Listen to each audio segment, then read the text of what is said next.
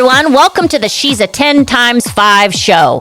I'm Laurie, and my friends Michelle, Randy, Marcia, and special guest hosts are mixing it up and joining me to do what girlfriends do best, chat from the heart. Whether it's celebrity stories or serious topics, we're talking about it and coming in hot. Join us as we bring you the aha moments of learning, reflection, inspiration, and of course, a whole heck of a lot of fun. Let's go. This episode is brought to you by... Hi, my name is Kelly Whistler. I'm the founder of Have a Seat Yoga. I developed my program 6 years ago to target an audience that might have limited mobility issues and to be able to provide all the benefits that a traditional yoga program would provide on a mat. I developed my program to be accessible to anybody. If you go to my website, Have a Seat Yoga, you'll see a complete list of all of the classes that are provided there. There's a schedule, and it's easy to just sign up. There'll be a link sent to you. It's an interactive live class. Okay, everyone, now it's time for our show. Okay, everyone, welcome to She's a 10 times 5, the quad. Hey, gang. Hey. Hello. Did you like that? Very ominous. We've got some very cerebral topics we're going to talk. Oh, she's back. You know, Here we are. it's great that happened, Kim, because that's very apropos to one of our topics, which is pandemic, run it back, lockdown, shit like that happen all the time. Anyways, without further ado, we have with us today Randy, Michelle, and special guest Kim Reed. Welcome, Hello. Kim. Hi. Yeah. Hi. Yeah. It's so great to be a part of this. I know. Well, you know, when we're going to talk about the heady topics we're talking about today, we needed to have someone that could rise to the occasion. And so we rang your bell, and thank you for coming on to the quad. I love my bell being rung. That's what he said. Okay. So listen, gang, we had a great episode that got released on Monday, and it was with Sober Sis, Jen Couch, and she is all about the Sober Curious movement. It was very provocative, very polarizing to some people. We got a lot of comments. I got a call last night, and Randy and I decided to kind of jump in, hold our nose, jump into the deep end, and do this 21-day reset. We're, day 3 or 4, whatever it is. Randy, what are your thoughts? As I talked about in my hard yes, hard no, Laurie, I haven't been drinking wine because of the hot flashes, but I stick to my martinis and I stick to my margaritas. You got me involved in this on the biggest drinking night for me, one of them of the year, which is the NCAA Final Four. Like, what? I was so pissed at you that day. I get to my friend's house, and in my mind, I'm like, you know what? I'm going to start tomorrow. Like, this is some BS. But I'm going to tell you guys a great thing that happened to me. My girlfriend knew. I told her what I was doing. And as everyone else was pouring their wine, she handed me a Topo Chico and said, do you want to start with the sparkling water? And I said, okay, I'll just start with this. And as I'm drinking the water, the game starts. I'm getting into the game. And before I know it, I'm going to be honest, I'm so into the game that I was able to, then it didn't become a problem. Like, I immediately lost the urge to need the glasses of wine and the beer and everything else because I got so excited about the game. So I love that tip that if something just distracts you, you let the urge pass and you move on. I was really mad at you on Monday night, and today, a couple days in, I'm doing okay. Okay. I will just say one thing about it is that what was interesting is we had a little watch party at our house, and it was a topic of discussion. So that just goes to show you that it is really embedded in our social fiber that we have alcohol that's part of the equation. And, I didn't even feel the need to explain. It was a Monday fucking night, right? I mean, Jesus. All right. Michelle, did you want to add anything? You're not, you don't drink, but. No, I mean, the only thing I would say is maybe, and I don't know if this is one of her tips, sometimes if you put a beverage into a wine glass, then that kind of gives you the illusion of drinking. But why would we even need that? That's the problem I have. No, I don't know. I mean, I'm just saying, if you're I know. It's like the same thing with people that smoke, right? It's the sensation of like having something. I don't know. Okay. That's next quad. That's next one. All right, let's jump into this week's topics, which One I think is going to be really fun. And the second one is going to be, let's see where we go with that one. So we're going to talk about the pandemic and the lockdown, because as of late in social situations, I think a lot of us are reliving all the crazy shit we did during lockdown. I don't care who you are, you were nuts. And we did nutty things, and some of them are quite humorous, and some of them, boy, we really lost our marbles. And so, Kim, I'm going to start with you. Pandemic lockdown. We said 2 weeks. It ended up being 2 months plus. What are some things, if we reminisce about that period of time in our lives, that stand out in your mind? So I have to say that when my kids think about having to leave school and come home, and we had the great flood of 2020. We had to move out of our house. We had an explosion in the bottom of the house, and it all had to be evacuated. So an explosion of water. So we all moved in with my mom, and we honestly had a blast. I got everybody walking, because normally they hate to walk with me. I have multiple videos of my kids who now are 21 and 22. So subtract 3 years, just going out every night and just hanging out, being bored. Yes, at the very beginning of this, I did start to cook and grow yeast or whatever you grow to make sourdough, which I shouldn't have gone down that road. But I mean, it just brought us really close, really, I don't know, we really bonded. We're very close anyway, but just all of us living under the same roof and having to be creative with things other than, actually going out and seeing people. I don't know, it was very healthy for us.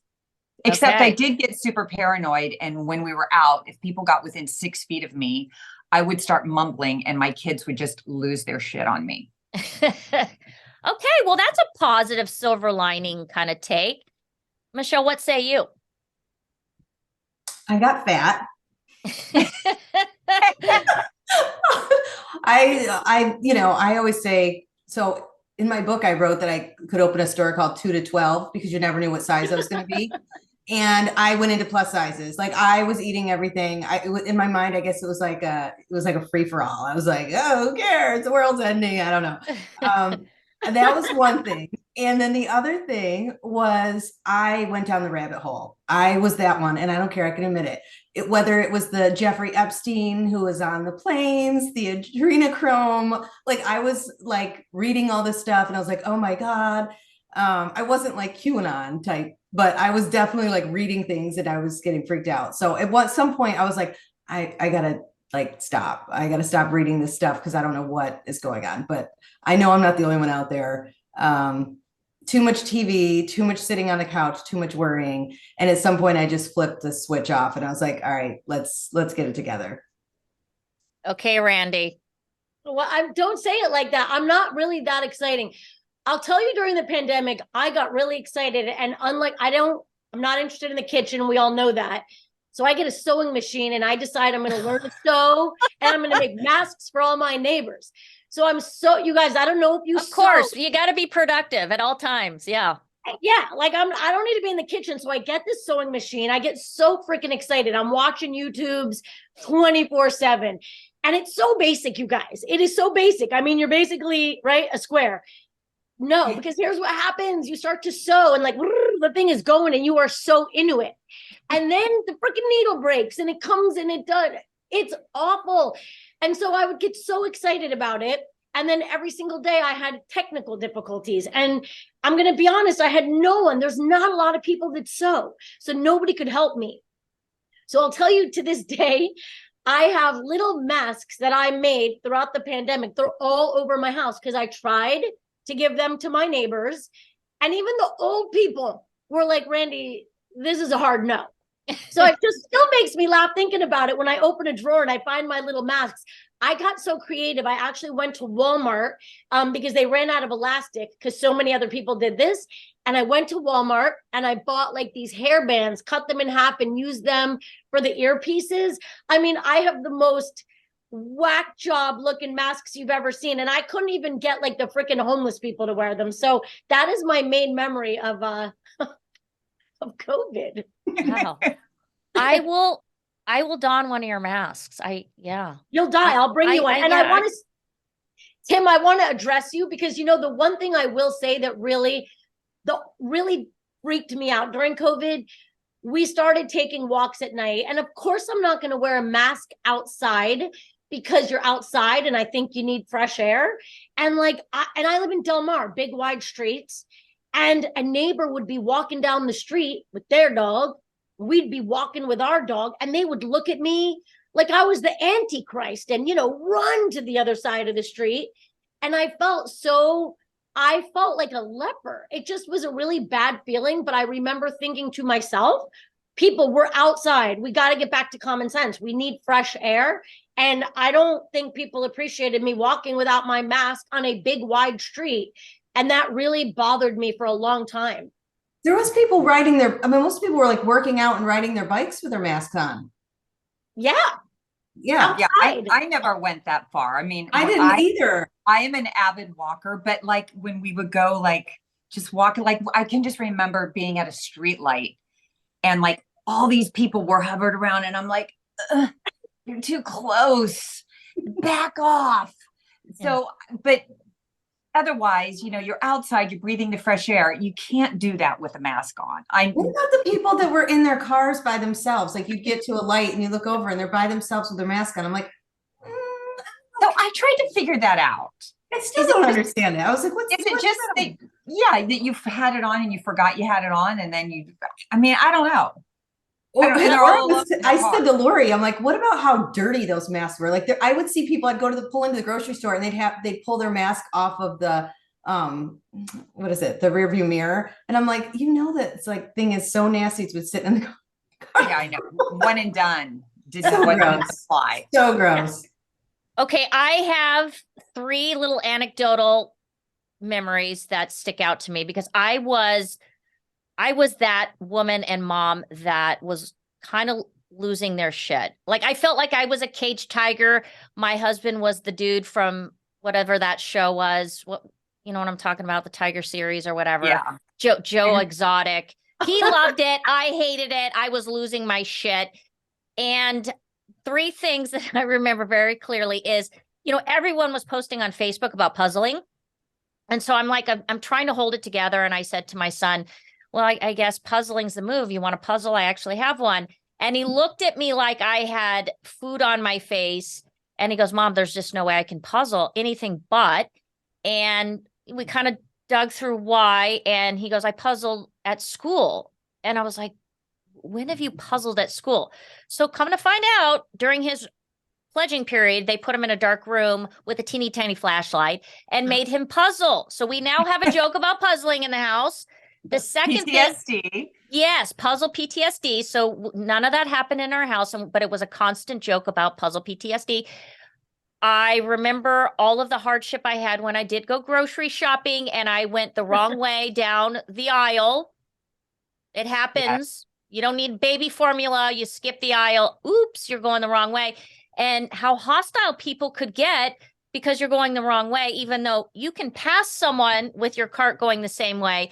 But it's a whole nother thing if you go the wrong. So when that happened, this is facts, I would simply flip my cart around and walk backwards. Just because I could. You're such a rebel. I am a rebel. And I think the final thing that I remember, and it's actually like, I kind of miss it, is I really needed that social touch, that social time. And we were still kind of worried about what this was and what it looked like. So we had adult circle time in our driveway where everyone brought their beach chair and we did make sure we were 6 feet apart and we would sit in a circle and we'd have a little boom box. And those were some of the funniest conversations that I can remember in a very long time. Well, we all had to figure out ways to make it work and to survive it and be happy and not kill each other. Yeah. Well, don't even get me started. We all got a little angry, you guys. We got a little crazy. I mean, I remember one guy that came up on me a little too close when I was getting my Chobani yogurt. I realized that it was scarce at the time, but I told him to back the fuck off. Exactly. In a way that I don't think I would have otherwise. Yeah. You scream out 6 feet. He was on me, man. He was like monkey He was, jumping he me. was going after that yogurt. Listen, it was like, you better get it, because if not, Oh, it was every yeah. man for himself. I mean, right? It Yeah. was the Hunger Games. Grocery store was the Hunger. Hunger It was, Games. That's a it great was way. straight Hunger Games. And you're reminding me, Laurie, we had a group of people in Del Mar that did that circle at night. And one night we had a neighbor drive by taking pictures of us, yelling that they're going to report us. Like, I felt like we were in an alternate universe. What is going on? Yeah. That's where the concept of Karen came, and I think it was manifest itself on Next Door. Those comments on Next Door. Oh. Wow. Yeah. Crazy. Yeah. No, it was weird. The one thing that we did as a group, we watched all the shows of Vampire Diaries. And I don't know if you've seen that, but I highly recommend it. Okay. It'll take you a year to watch it all. Okay. We watched a lot of, oh my God. Yeah. With that was the main source of dialogue on your group text was, well, what do I Right. watch next? But thank God we weren't just limited to ABC, NBC, CBS, and PBS, that we had Netflix, because otherwise we would have all been screwed. Yeah. Yeah. Well, and the other thing too, I was a big walker because I had to get out, and my poor dogs, I think they lost half of their body mass because like we're not going to walk again, are we? Oh! Yeah. So it was an interesting time, and I'm glad we can look back now and laugh at a lot of it. And yeah. Okay. So Agreed. next topic. So this has become it's an octopus, multifaceted thing, artificial intelligence, also known as AI. And it's everywhere, and it is moving at light speed. I don't know how I feel about it. I am both excited and feeling a lot of anxiety with it. I'm going to start with you, Randy, because I know that you have strong thoughts about it, and we'll go around. That's the dog. You should bring the dog on the show. I want to see the dog. Yeah, You can pat it like the Godfather pet the cat. All right, here's how I think. Here's what I think. My initial thought, you guys, with AI is when in the end of the 1800s, they said to the people riding horses, I have something with 4 wheels that can get you from A to B, wherever you want to go, as fast as you want to get there. But this luxury is going to cost you 30 to 40,000 lives a year. What would you have said, right? The invention of the car. Then we think about the internet and how freaked out we all were in the early 1990s. And it's like the information highway. What is it? You think about electricity, you think about all these things. So my common sense brain says progress is progress, and I should be here for it. But then I have to be honest with you. When I see what I see with AI, I go to Darwin, right? And the theory of evolution and the survival of the fittest. And I feel like AI is developing like humanoids, not things to make our lives easier, but things that are ultimately literally going to replace us. And my brain goes to the Terminator. It goes to Space Odyssey 2001, where that computer Hal, by the end, he locks the guys in the room. A computer locks people in a room because he realizes they want to destroy him. And while that sounds far-fetched, it's not at all, because when you think of the things that AI can do, it's this, you guys, I feel that all these jobs are going to be taken because these droids, they're going to be bigger, stronger, faster. They're replacing, research job. Forget the jobs like at the toll booths and whatnot, but you're talking professors, people who do research. You're just going to say, hey, AI, sort through these 5,000 papers and get me XYZ like that. So I come out on the terrified side. Although I know I should feel excitement, I'm freaking terrified. Yeah. Okay, Michelle. Well, yeah, I mean, I've just recently learned more about ChatGPT. I'm like, man, if they had that back when I was in school, I would have gotten straight A's. I heard a lot about people saying, it's replacing journalists, and that makes me sad, especially having the magazine.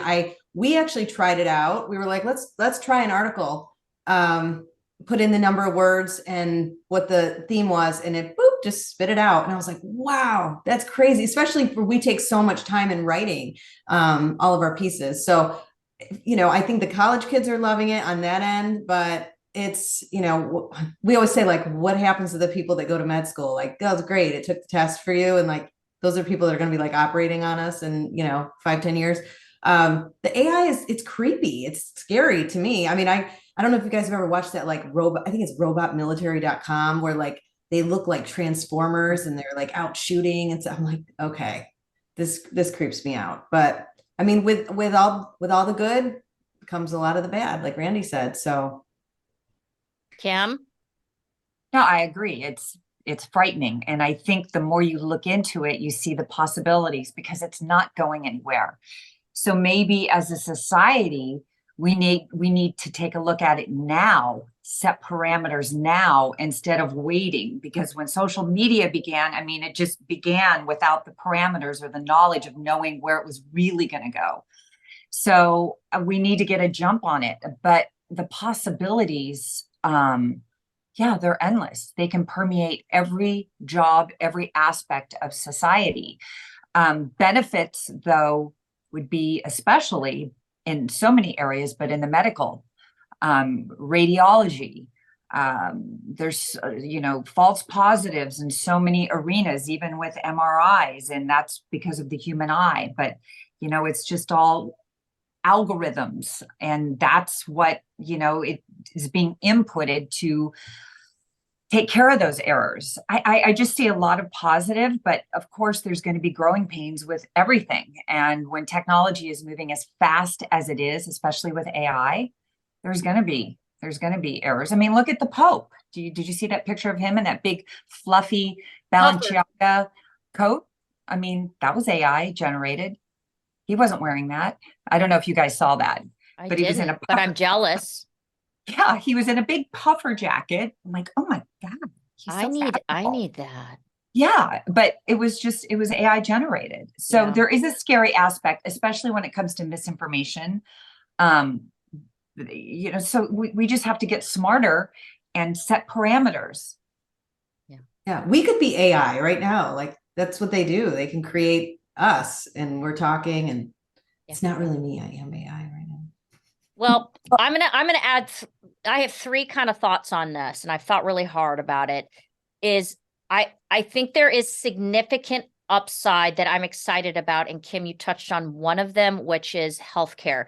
Because I don't know if you're living in the same world I am with regards to healthcare. I get sick, I call my primary care provider. It's going to be 2.5 weeks. 2.5 weeks to see someone. Your options are go to urgent care. And it's really frustrating. And I end up not getting the proper care I need, even though I'm properly insured. And I think this will help scalability to a large degree where it'll make it affordable for a lot of people. And you'll actually be able to see something or someone that can actually diagnose properly and help you. That's the first thing. So I'm really excited about healthcare. I'm also really excited about crime because I think there's a huge social issue with regards to law enforcement and how we go about, enforcing laws. I think this takes a lot of the emotional human error out of that equation. There might be other issues, but by and large, I think it takes a lot of the social injustices or perceived injustices out of the equation, whether it's FBI or just your street cops. My third thing is I am 100% with you, Randy. It makes me want to pee a little bit because it is a runaway freight train.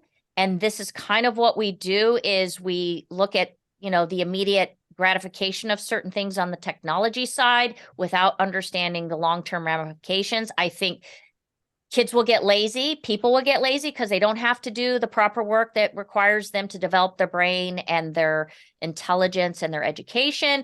And I think it's going to take away a shit ton of jobs, and no one is anticipating that or preparing for it. And that could have a huge social class issue where the people that have properly prepared for it and the chasm between the haves and the have-nots will get significantly bigger. And the people that are in certain areas will have like their robots that will help their every move. And then there's going to be people that aren't going to have jobs. But here's my question. Who's programming? Where is the data coming from? I read an article on one of the sites, maybe it was Twitter or something, and somebody gave AI a try, and they were interviewing someone famous, and they said, I generated through Chat GPT a whole section of things people don't know about you. I'm going to tell you what I learned about you. And then he went through 5 different things. He was interviewing this guy, and 5 out of 5 were wrong. Like, nope, that I never did that. Nope, I never said that. Nope, that never happened to me. So the question is, I think we should be somewhat, I love the idea though, Kim, about setting parameters, because Laurie, this goes to the conversation we have every day about the NCAA and you know what I mean, and the NIL and all of that. Had the NCAA initially put parameters in place and or paid every player, we wouldn't be in the shitstorm that we're in right now with that situation. Yeah. It's like everything. We ready, fire, aim. I mean, like instead of right, I know they've taken your philosophy, but instead of stopping and assessing and doing it right, we come in hot. And then all of a sudden we're left in like, you know, trying to pick up the pieces. And it's scary. Yeah. Which I agree, because we need to get ahead of it because it's moving so fast. And as a matter of fact, I have a friend of mine wrote a book on this. It's called The Equality Machine, and it's all about AI. And it's about making everybody equal. So gender, race, where you live, where you're from, it equals the whole playing field for everybody, especially like with healthcare. There's so many parts of society, women weren't and still haven't been, our need for funding is by far not equal to research that is happening on the male end of things. And it's only been in the mid 90s that different clinical trials have been taking place just for women in health. So we have a lot of catching up to do. There's a lot of data to catch up to, especially medically and through all aspects of life that AI might be able to get us up to speed a little quicker. Yeah. Well, I think that, my personal philosophy, and you can shoot me later, I have my She's a 10 flak vest on. I agree that healthcare should be equalized. I think everyone should have proper healthcare, period. I think it is a social issue. And I don't know why we haven't gotten there. We're so bright as a society, but we are where we are. That shit scares me, though, the equality, because I'm here to tell you that, part of the human nature, I think, is the competitive side. And I would hate to marginalize the exceptional just to equalize the society. And I don't know, that's just my take. When I hear equality, I think of the good sides, but that's one of the things is I don't want us to become a flat line on the EKG across the board. Any thoughts on that? I don't know. Do you know what I'm saying? Yeah, I understand what you're saying. I just think that it's going to hit so many different pockets of possibility that equality, maybe opportunity, gives everybody opportunity, because there's so much disparity. That's true. That is true. Yeah. And Randy, you want to weigh in on that or anything? No, I would just say that I love that we're having this conversation. I'm just taking it back and listening to everyone because my brain keeps going back to this interview with, I believe it was Katie Couric and Brian Gumbel. I think that was her co-host. I don't remember exactly. When she was like, she had that short little hair and her big smile, and she's like, what is this internet? Like, what is this thing? You know what I mean? And I'm laughing because that we have this, you know what I mean? Because we're going to look back on this and be like, do you remember when we were like, what? We are at the beginning of something that's, the train has left the station. And like you said, like an octopus, it's going to go big and go hard and go fast. And it'll be very interesting to see where it goes. It's fascinating. Yeah, I think Bill Gates, didn't Bill Gates say that this is bigger than the internet? Oh, yeah. Oh, yeah. Yeah. So yeah. And we need to kind of hit the pause button and recalibrate everything. So regulate. Yes. Yeah. Yeah. I mean, I'm one of those people that's not huge on regulation, but when it needs to happen, this is one of those scenarios that needs to happen. I get really freaked out because, you're seeing now, even in Hollywood, like remember those movies, and you mentioned a couple, Terminator, and there's a lot of different ones that have happened, and you're like, oh my God, that seems so futuristic. And now it's like, oh my God, these things are happening. I'm telling you, go to that robot. I think it's Robot Military. I was like, these are so scary. But Have you seen those where they're walking around? They look like little spiders and do you guys know what I'm talking about? Yeah. Yeah. Okay.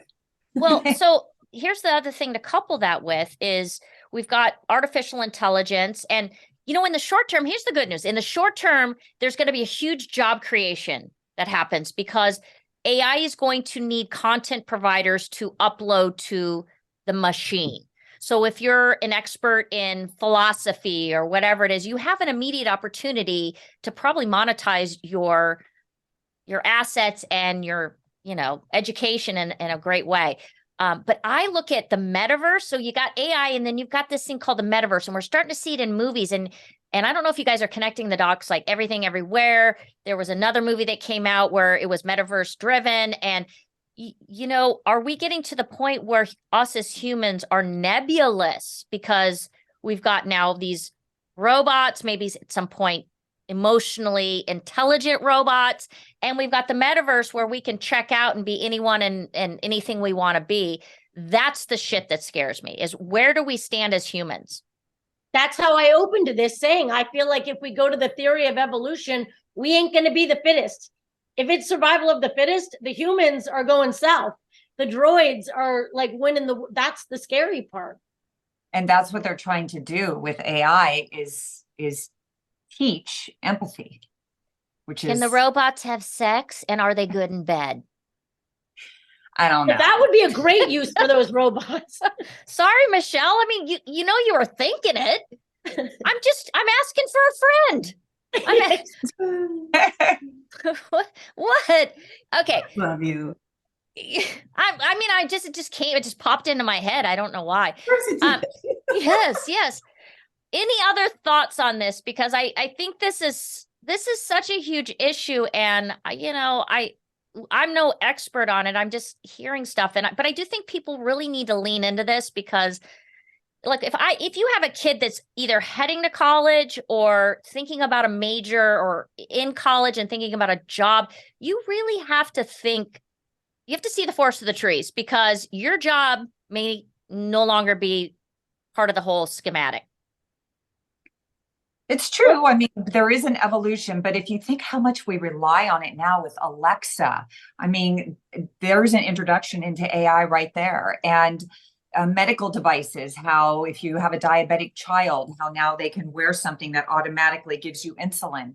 Mm-hmm. So I think companies will start to adapt AI. And I don't know if it's going to be a fast evolution in that regard. I mean, it's just a redefining of what they need, which will include that. Last thoughts. Well, if you read a couple of days ago, they said that Elon Musk and I think it was Wozniak, they both came out and said, we need to put the brakes on this. Like we need to slow this down. My initial gut reaction, I mean, love him or hate him, right? You got to listen to him. I mean, if the guy that's the most, left to center wingnut, let's go personality, and Elon Musk says, hey, let's put the brakes on a little bit, that might be a telling sign. Exactly. Yeah. Which I think might happen. I mean, I feel like I think it just needs to be addressed. I mean, oh, sorry, I'm getting all emotional and I'm shaking. You look like you're AI right now. I'm just saying. Yeah. And now you guys are going to have to break your 21 day because this is like so depressing. Right. Yeah. I got an idea. I need a drink.